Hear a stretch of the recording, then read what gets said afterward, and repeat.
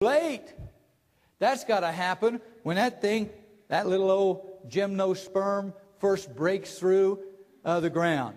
And now you're going to start a process of bending it. You know how subtle. In fact, Josh and Jeannie, Philip Cates, the first year that Josh and Jeannie had Christmas, Philip Cates just went out in the woods and he got a juniper tree, just pulled it out by the roots, and stuck it down in a can with some dirt and brought it over to Jeannie's house. They kept it all for Christmas. That was their first Christmas tree. They kept it. It was there in that can like all winter long, most of the next summer. And finally I said, well, this is your first Christmas tree. It's kind of a shame. You want to plant it? You're going to get a house. You want to plant it? I said, no, you keep it, Dad. So I took it out and planted it in the back of our yard. And Dave was over about 2 weeks ago, doing some dirt work back there. He backed right over that tree. And I seen it coming. And it was too late. And that tree went like that. I just waited. He pulled away, and the tree went and now it's but it didn't die. Now, if that tree would have been bigger, it would have broken off. But it didn't, because it was young, and it was supple, and it was trainable. The most important person in a child's life is his mother from ages 0, even earlier, in the tummy, until about 5 years old. And a child's tastes will all be established to a great degree by that time. Their taste, you can establish their taste in music. You see, there really isn't any bad forms of music. There are people that take bad words and put them into different forms of music that causes people to think bad thoughts and do bad things, and then it gets them into trouble.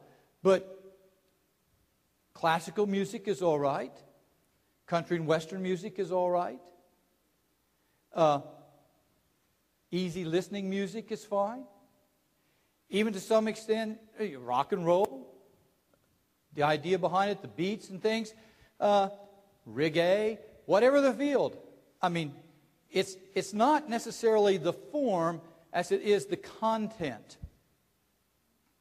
And you can train a child to like certain forms of music. You take a kid that grows up out in North Missouri, chances are real good he will have an appreciation for country and Western music, because that's what he's going to hear. That's what's going to be coming into the house. That's what's going to be on the car radio. That's what most of the stations play out there. And they'll know who the artists are. They'll know everything about it. And they will appreciate that. Why? Because their taste has been established by the environment that they're in.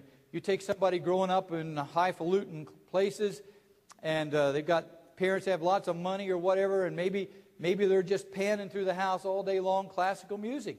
Time they're 3 years old, the child's out there learning the violin or learning some other kind of an instrument, and they're playing all this stuff. But, if you sit down and you listen to a lot of the music that we appreciate today, a lot of it was originally classical music. And they just took portions of a whole piece of classical music and then wrote words to it and popularized it. Joyful, joyful, we adore thee, God of heaven, Lord of earth. That's a classical piece. I don't know who wrote it. Well, Beethoven, somebody. And so taste is something that mom establishes early on, I believe, because the child is with mom all day long for the most part. Now,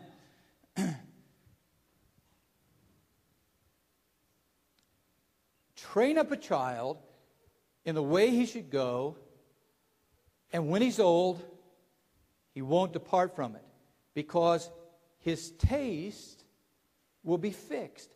Now, when Shirley and I first got married, I knew exactly what kind of meals I was going to have. I was going to have meats at every meal that was fried hopefully in bacon grease. I was going to have gravy made from the grease residue from the frying of that meat. I would have some form of potato, be it fried, mashed, boiled, but I was going to have some potatoes. And then out of necessity, I would probably eat a vegetable of some kind. Okay? And she set out to do that, but it wasn't long before I found a deviation occurring.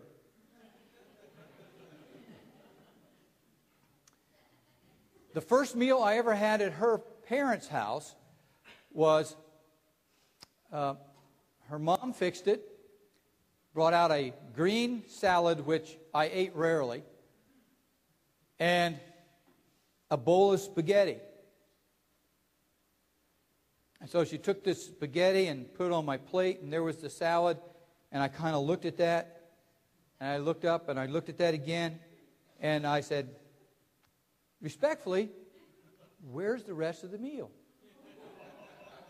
Because spaghetti either came in a can with a little chef on the front of it called Chef Boyardee, or it came in a little cardboard box that was a kit with Chef Boyardee on it. And that was always a side dish, never a main dish. I'd never heard of such a thing. And I was shocked, but slowly a transition occurred. And she and I used to have discourse over this. And I would say, if you love me, where's the fried steak? And she'd say, the fried steak is not going to be there because I love you. I said, but I don't like this stuff. And she would say, makes no difference. And I would say, but why? And she'd say, because. You know all those wonderful farmers up there in your hometown that went to see Jesus when they were 55 years old? Because their arteries were completely clogged with the white flour that had been in the gravy made from the grease that the steak was fried in? You're not getting it. Because I want you to be here when you're 65 to be with me. And if you think about that for a minute, that's a nice thought. She would rather have me here than the life insurance. And so I take comfort in that. Now, like, for the last week or so, I've been reclining on my sofa, watching the O'Reilly Factor at 11 o'clock at night, and I hear pitter-pats of feet coming down the things, and it is Mrs. Moore with a big, tall glass of something liquid. And I say to her, what is that? She said, this is something good for you, drink it. I said, but what is it? She says, it doesn't make any difference. Just drink it. So I persist, and I say, what is it? She says, it's lemon juice in distilled water with some maple syrup, which was true. She forgot one ingredient, though, that she'd put in it. It's called cayenne pepper. So I'm drinking this, and I'm thinking, this has really got a weird taste to it. And I'm not liking this. And I said, I don't think I want it. She said, drink it all. I said, what is it? She said, well, it's lemon juice, it's maple syrup, and it's cayenne pepper. I said, why would you do this to me? She said, because the cayenne pepper thins out your blood, it opens up your arteries, the lemon juice is good for your kidneys, the distilled water cleanses them all out, and the maple syrup is grade B maple syrup. It's got a special ingredient that takes away your appetite because you need to lose a little weight. And I said, well, I'm real content with my weight. She says, you might be, but the doctor, if you went to see him, probably isn't. Because if you have excess pounds, now I don't think what she wants is ever going to happen. You know, maybe, but I don't know how. Because that would mean I'd really have to do I'd have to come into a severe food shortage. and I don't know if that's going to happen, because He's promised to supply all my needs. But all of that has to do with keeping me healthy.